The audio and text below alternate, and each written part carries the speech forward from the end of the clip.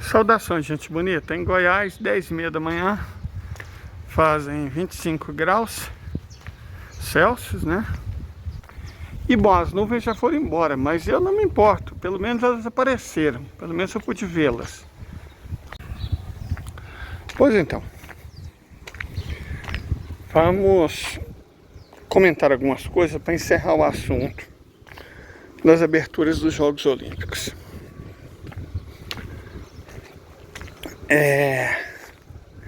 Macron, que é de direita, e o Comitê Olímpico Internacional, que é sionista, evidentemente, em momento algum, estavam preocupados com as pessoas LGBT.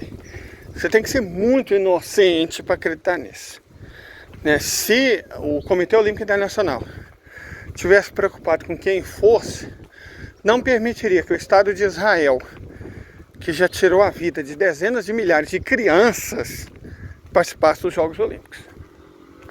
Certo? Eu não sei qual foi o argumento que eles utilizaram para não permitir a participação da Rússia, invadir um país, mas quantas vezes os Estados Unidos não fizeram exatamente a mesma coisa? Quantas vezes? E o Comitê Olímpico Internacional nunca falou um A.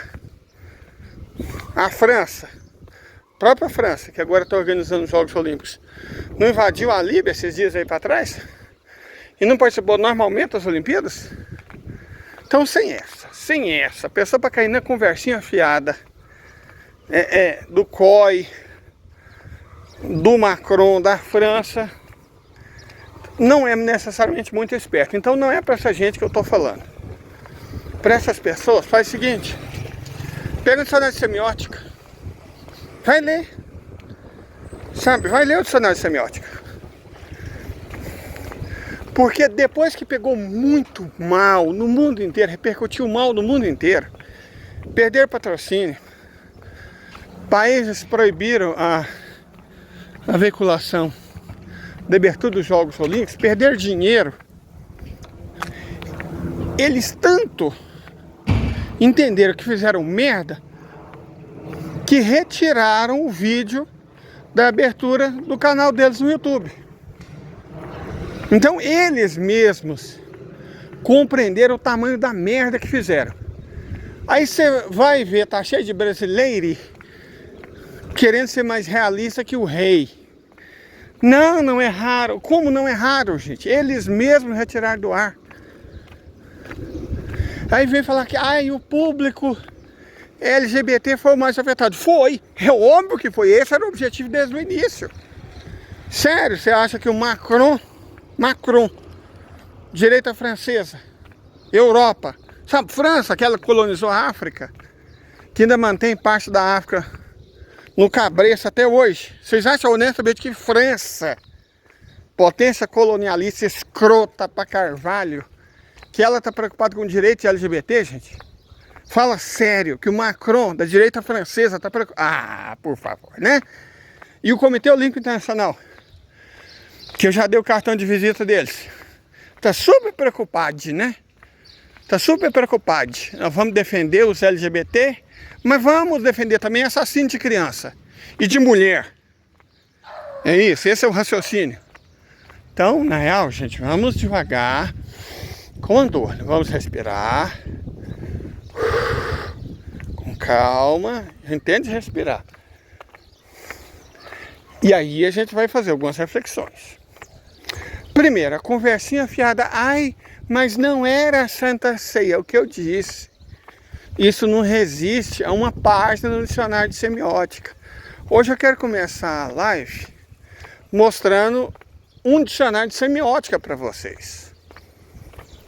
Porque tá faltando, né? Bastou o carinha quando viu o tamanho da merda que fez. Mas não era a Santa Ceia. Aí pegou um quadro obscuro, feito que ninguém nunca ouviu falar, para dizer que não era Santa Ceia, ou pessoas. É óbvio que não era Santa Ceia. Santa Ceia é um trecho da Bíblia, foi transformado em pintura. É óbvio que não era Santa Ceia. Ou a referência à Santa Ceia de Da Vinci. Era evidente já que era uma performance. Agora dizer que não foi inspirado na Santa Ceia, que foi o que todo mundo reconheceu, e chamar todo mundo de burro, chamar todo mundo de burro, todo mundo de ignorante, é de uma desonestidade, é de uma picaretagem, é de uma cara de pau, que vamos convir, né? Vamos convir. Vamos convir. Não, todo mundo é burro. Só o sionistazinho que fez a performance é inteligente. Todo mundo é burro, todo mundo confundiu, tá todo mundo errado. Todo mundo errado. Só o sionista que tá certo, só o COI que tá certo. Gente, sério isso? De verdade. Pra cima de mim, pra cima da gente. Não vem com essa não. Sabe, não vem com essa não. A gente... cara... Camaradas, cada dia, todo dia de manhã, levanta o otário e o malandro. Todos os dias. E no fim do dia, quando o malandro perde dinheiro, é criticado do mundo inteiro, ele fala que o otário que foi burro. Não era aquela obra, era uma outra que ele deveria conhecer. Do holandês que ninguém conhece. O Flamengo, ou seja lá a desgraça que o europeu, que público que pintou isso era. Negócio é que ele quis tirar o dele da reta. E ainda chamou todas as pessoas do mundo de idiotas, de burras, de ignorantes. Sem essa. Sem essa. Sem essa. Mas vamos avançar na discussão. Bom, ato contínuo foi feito exatamente o que o COI e a direita francesa queriam.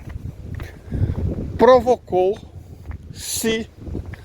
uma enorme contenda entre identitaristas, que supostamente defendem os LGBT, conservadores, e sobrou para a esquerda. Não a esquerda woke, né? Aí eu vi uma infeliz falando, woke é uma palavra usada pelos neonazistas. Vou dizer uma coisa para você, sua filha de uma... Você sabe o que mais é usado por neonazistas? Beber leite, ser vegetariano. Isso quer dizer, sua filhote de doninha, que todo mundo que bebe leite, todo mundo que é vegetariano, está adotando uma prática nazi? Vai dizer que o woke não existe. Porque é um termo usado pela extrema direita. Sabe, é o espantalho. É o espantalho no qual essa gente se apoia. Todo mundo é fascista. Todo mundo é extremista de direita. Só eles são puros. Mas eles são veganos, né? Eu só quero lembrar que se a gente volta para 1940, quem estava defendendo o consumo de carne para as massas, e tinha quem estava defendendo que as massas não deveriam comer carne, que deveriam ser vegetarianas. Qual desses era Hitler e qual era Stalin? Vamos nos lembrar? Então é muito fácil adotar esse discursinho, sabe? Esse discursinho fake. Por que é um discursinho fake? Essas pessoas não acreditam no que estou falando. Essas pessoas sabem que estão mentindo. Elas sabem que estão manipulando. Sabe, usando esse espantalho.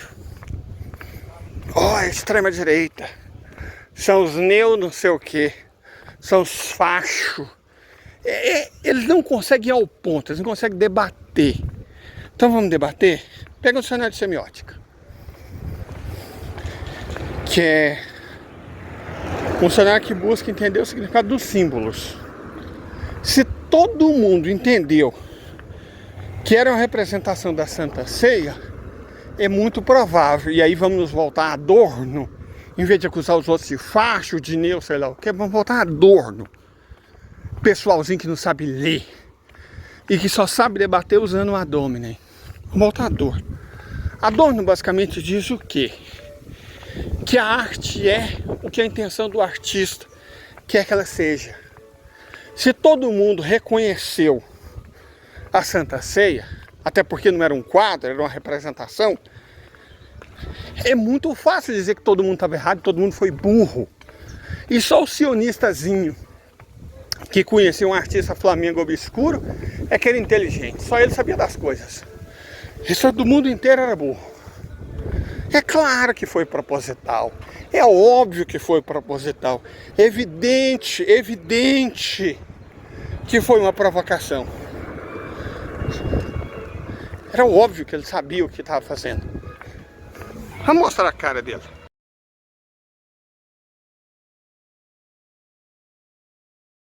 Pronto. Ele sabia. É óbvio que ele sabia, gente. Era o que ele queria desde o início. Era o que ele queria desde o início. E conseguiu. Ele expôs a população LGBT do mundo inteiro. Para isso ele contou com um vasto apoio, não só da extrema-direita, mas dos próprios identitários. Certo? Eu vou dizer uma coisa para você. Deixa eu contar a história de um país. Tem uma determinada religião surgida no Oriente Médio, surgida no Irã, na Pérsia antiga, a partir de tradições de um povo que havia acabado de ser extinto, chamado hebreu. Então a classe sacerdotal desse povo sobreviveu e foi para a Pérsia. Lá eles criaram uma religião monoteísta. A religião deles não era monoteísta. Criaram uma religião monoteísta e voltaram para a terra de onde os ancestrais deles, a elite religiosa, política e econômica, havia saído. Quando eles voltaram, eles reescravizaram a população nativa, cobraram tributo deles e criaram essa religião monoteísta. Ok. Aí, para validar o discurso, eles, como eu disse, criaram uma religião a partir do que eles aprenderam na Pérsia e de algumas tradições prévias que já existiam em toda a região. Certo? Criaram essa religião. O povo surgido depois da extinção dos hebreus era o israelita. O povo israelita não falava mais o idioma hebreu. O povo israelita falava a língua dos assírios e dos babilônios, o aramaico. Certo? O próprio povo israelita foi extinto no segundo século, quando foi Adriano que expulsou eles em 174. Acho que foi Adriano. Foi Adriano. Expulsou eles no ano de 174. Ele expulsou os religiosos no ano de 174 e mudou o nome da região de Judeia para Palestina, em homenagem aos filisteus, que não tem vinculação genética nenhuma com os palestinos. É outro povo totalmente diferente. Aí esse povo, como eu disse, essa civilização israelita foi extinta. Séculos, muitos séculos mais tarde, um grupo de europeus da Europa Oriental, os Askenazes, que praticavam a religião criada por esse povo que veio do cativeiro da Babilônia, eles conseguiram convencer muita gente de que, apesar de ser um grupo religioso, eles também eram um grupo étnico, que não é mentira, eles são um grupo étnico, os Askenazes da Europa Oriental. Mas eles conseguiram convencer as pessoas que seriam descendentes dos hebreus, o que não encontra o menor amparo na genética. Porque hoje em dia é fácil você ver se você é descendente mesmo. É só fazer o teste genético. Meu irmão fez. Meu irmão, por parte de pai, fez. E descobriu que ele tem parentes entre os marroquinos. O que faz todo sentido, né? Os marroquinos, os berberes, foram constituinte importante da formação do povo português. E não sei como ele tem parentes, tipo genético, entre ucranianos. Aí eu não sei explicar. Eu não sei se fazer esse teste, que eu sei de onde eu venho. Eu sou filho de Duílio, filho de Zeca Pedro, filho de Pedro. Pedro era do Frio, que na época pertencia ao Império Austro-Húngaro. Ele se casa com um indígena Capó do Sul, chamado Mariana. Sou filho de Vera, filho de Odília, filho de Dalina, filha de Dalina, que se casa com Josino. E Dalina era da Galícia. E Josino, por sua vez, era filho de um escravo de Araxá, chamado Serafim, e de um indígena Guarani, cujo nome se perdeu na memória. Eu sei de onde eu venho. Não preciso fazer teste, enfim. Mas exatamente por tentarem convencer as pessoas que esses europeus orientais, de alguma forma e por alguma razão inexplicável, descenderia daquelas pessoas que há muitos milhares de anos saíram da Pérsia para escravizar a população nativa da atual Palestina. O Estado que foi criado por esses Askenazi não proíbe a realização de exames genéticos sem autorização judicial. Sabe por quê? Porque quando ainda era permitido, todo mundo que fazia esses exames percebia duas coisas. Primeiro, que não tinha sangue hebreu. E segundo, que eles eram da Europa Oriental. Que era óbvio, né? Eles não têm sangue hebreu. Os hebreus foram extintos no século VII, antes da Era Comum. E como descendentes deixaram os israelitas, que foi o nome da população original escravizada por uma classe sacerdotal que veio da Pérsia. Traduzindo, os palestinos sim descendem geneticamente dos hebreus. Os Askenazi não, eles descendem geneticamente de europeus orientais, que é o que eles são. E aí, para evitar isso, né, tem uma série de pesquisas acadêmicas falando sobre isso, que é proibido no estado deles, né? Os americanos, os britânicos, os franceses, os chineses, os turcos fizeram muita pesquisa. E aí a verdade transpareceu. Então é só procurar. Não tá difícil não, você vai achar. Que os Askenazi não são, modo algum, desse... Ah, gente, peraí, eu vou tentar pegar semente, só um momento. Quando eu era jovem, eu não teria dificuldade alguma de pular aquilo ali. Mas quando a gente envelhece... Aqui, mas eu consegui pegar semente. Vai para minha caixinha de semente. Lembrando, vou até aproveitar o ensejo e deixar o meu Pix para quem quiser me ajudar. Nosso canal não recebe nada do YouTube, né? Ele só nos tira. E o Apoia-se, o dinheiro do Apoia-se, esse vai integralmente para sementes. Então vou só fazer uma propagandazinha básica e a gente já volta.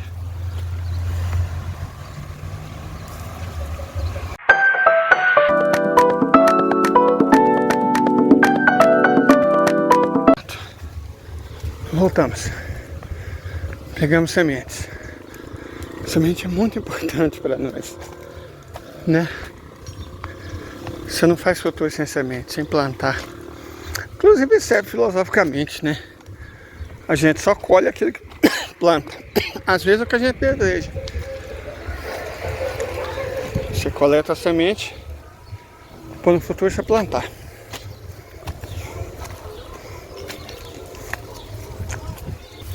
Tava passando dois molequinhos numa altura muito mais alta que o que eu subi sem dificuldade. É a vantagem de ter ossos jovens e flexíveis. Mas, voltando, o povo, não é povo, né? Não é etnia, a classe sacerdotal que manipulou a história para continuar com o poder e até conseguiu criar um estado religioso Gente, esse é um precedente inaceitável. Sabe por quê? Porque se for assim, se cada religião quiser criar o seu próprio estado a partir de origens mitológicas, eu sou católico. Nós até temos um estado, se chama Vaticano. E esse estado é exatamente para a nossa elite sacerdotal. Então tudo bem. Você pode até ser cidadão do Vaticano. Basta pertencer à nossa elite sacerdotal. O estado do Vaticano é um paísinho pequeno, um quarteirão, que fica dentro da cidade de Roma. Agora, o estado ilegítimo, ele é muito mais do que um paísinho pequeno. Ele tem uma área de quase 2 milhões de hectares, que foi roubada do povo que originalmente lá vivia. O Vaticano não roubou terra de ninguém em Roma para fazer o estádio bem pequenininho, de 44 hectares. Então, relembrando, Vaticano, 44 hectares. Estado ilegítimo, 2 milhões de hectares. Roubados quase todos do povo que originalmente lá vivia, que eram os descendentes dos hebreus, ironicamente, que fundaram a religião. Na verdade, não foram os hebreus que fundaram a religião, foram os israelitas, a classe sacerdotal hebraica que voltou do Irã e trouxe do Irã algumas ideias. Deus Pai, único, indiviso. Eu sou católico. Eu não tenho problema de falar isso, não tem problema. Porque os nossos teólogos, diferente dos nossos irmãos evangélicos, né? Basta você dizer que é pastor. Tá cheio de canal moçambicano, angolano, brasileiro. O cara se diz pastor, monta a congregação e começa a receber dízimo. É assim que funciona. Na nossa religião, não. Você tem que, pelo menos, ter o curso superior de teologia. Tendo o curso de teologia, todo padre é um teólogo, você tem que saber pelo menos grego e latim. Durante o período que você passa para se tornar padre, que varia de 4 a 6 anos, o noviciado, você também aprende hebraico ou aramaico. Então você tem que saber ler a Bíblia no original. Diferente, né, de outras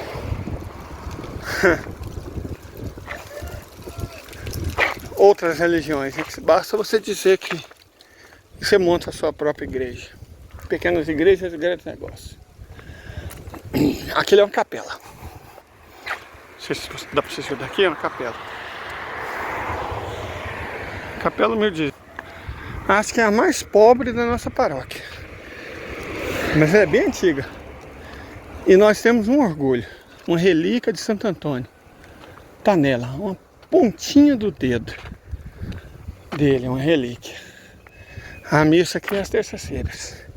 Como é uma capela, não tem um padre especialmente designado, mas um padre aposentado, idoso, ser humano de alma boa, mas com sermões rígidos, firmes. É ele que normalmente celebra as missas, a não ser em dias e ocasiões especiais, né? Aí vem o pároco. Padre não mora aí. Ele é da ordem franciscana. O local onde formam os padres, vocês não são católicos, não vou descrever, não vou dar nome não. Formam os padres e onde na verdade frei, né, porque é franciscano, e é onde os freis ficam. Os aposentados, inclusive. E eles vêm para cá especialmente para rezar a missa terça-feira. Repita, não 100 dias de festa da comunidade. Aí é o pároco, que é de uma igrejona grande, bonita, a Nova Matriz, a matriz de Nossa Senhora Mãe de Deus.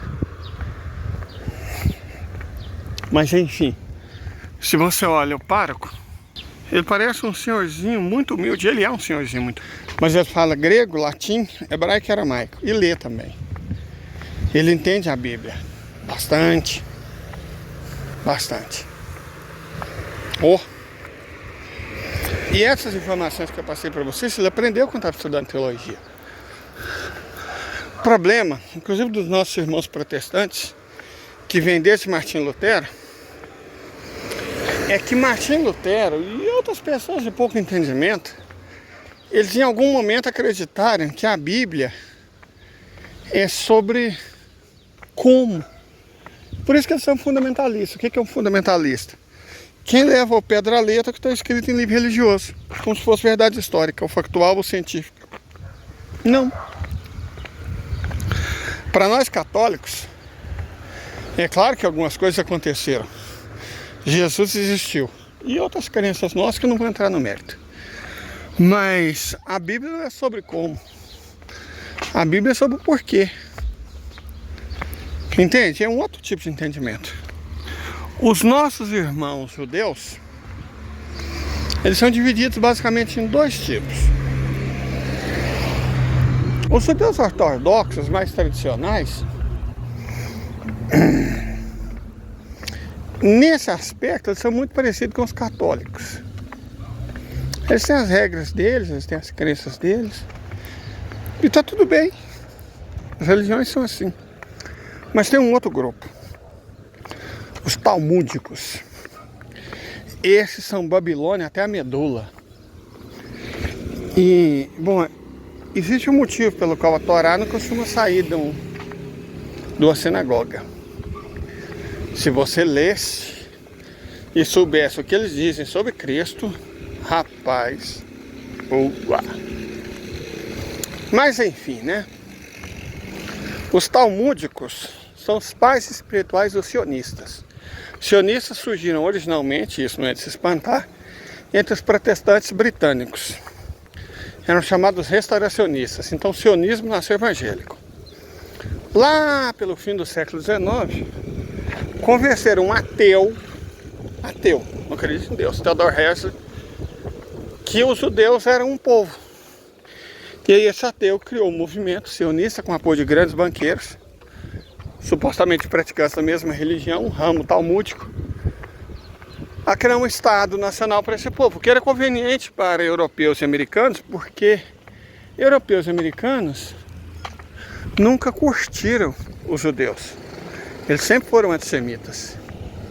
Quem vê agora não imagina, né?